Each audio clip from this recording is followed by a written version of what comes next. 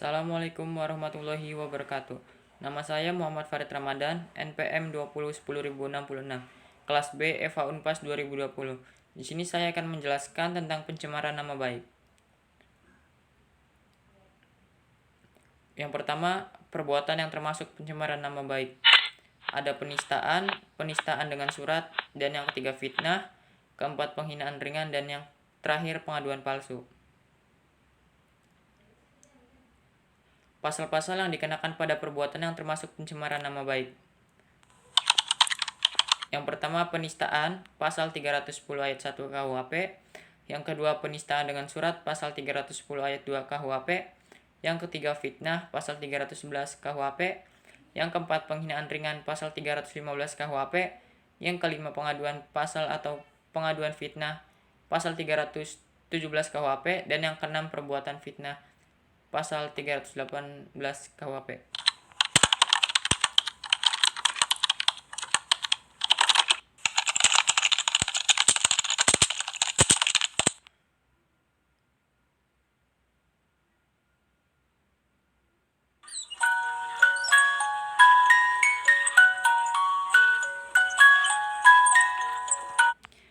Penistaan pasal 310 ayat 1 KUHP. Menurut R. Susilo, supaya dapat dihukum menurut pasal ini, maka penghinaan ini harus dilakukan dengan cara menuduh seseorang telah melakukan perbuatan tertentu, dengan maksud agar tuduhan itu tersiar atau diketahui oleh orang banyak. Perbuatan yang dituduhkan itu tidak perlu suatu perbuatan yang boleh dihukum seperti mencuri, menggelapkan, berzina, dan sebagainya. Cukup dengan perbuatan biasa sudah tentu suatu perbuatan yang memalukan.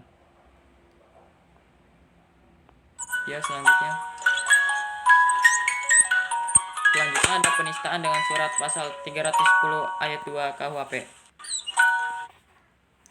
Menurut R. Susilo, sebagaimana dijelaskan dalam penjelasan pasal 310 KUHP, apabila tuduhan tersebut dilakukan dengan tulisan atau surat atau gambar, maka kejahatan itu dinamakan menistakan dengan surat.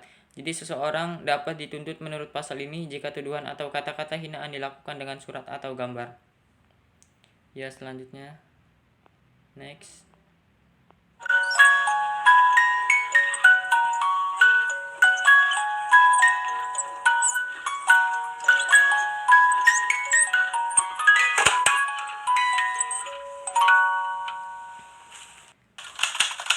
Pasal 311 KUHP atau pasal ini dikenakan dengan fitnah.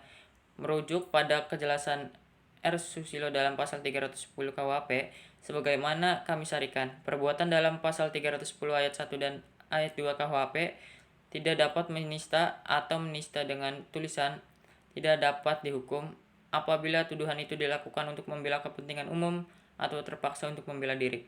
Dalam hal ini, hakim barulah akan mengadakan pemeriksaan apakah betul-betul penghinaan itu telah dilakukan oleh terdakwa karena terdorong membela kepentingan umum atau membela diri. Jikalau terdakwa meminta untuk diperiksa, pasal 312 KUHP.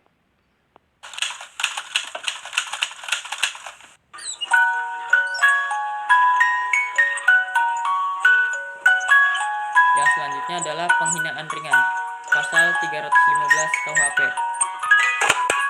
Penghinaan seperti ini dilakukan di tempat umum yang berupa kata-kata makian yang sifatnya menghina. R. Susilo dalam penjelasan pasal 315 KUHP, sebagaimana kami sarikan, mengatakan bahwa jika penghinaan itu dilakukan dengan jalan lain selain menuduh suatu perbuatan, misalnya berkata kasar, dan sebagainya, masuk pasal 315 KUHP dan dinamakan penghinaan ringan.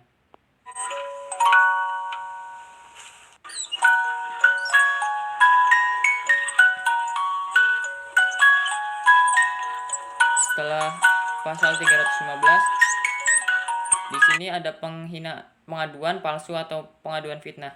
Pasal 317 KUHP.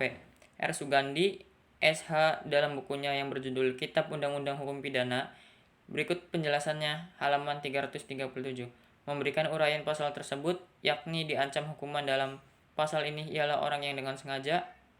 Yang pertama, memasukkan surat pengaduan yang palsu tentang seseorang kepada pembesar negeri.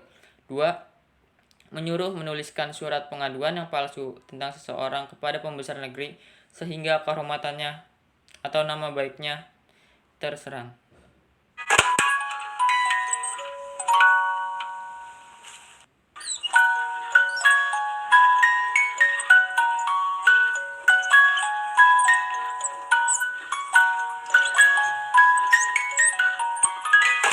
Yang terakhir ada perbuatan fitnah, pasal 318 KUHP.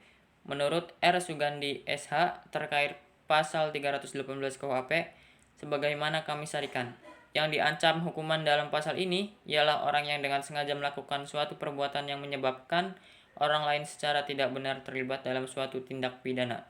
Misalnya, dengan diam-diam menaruh sesuatu barang asal dari kejahatan di dalam rumah orang lain, dengan maksud agar orang itu dituduh melakukan kejahatan tersebut.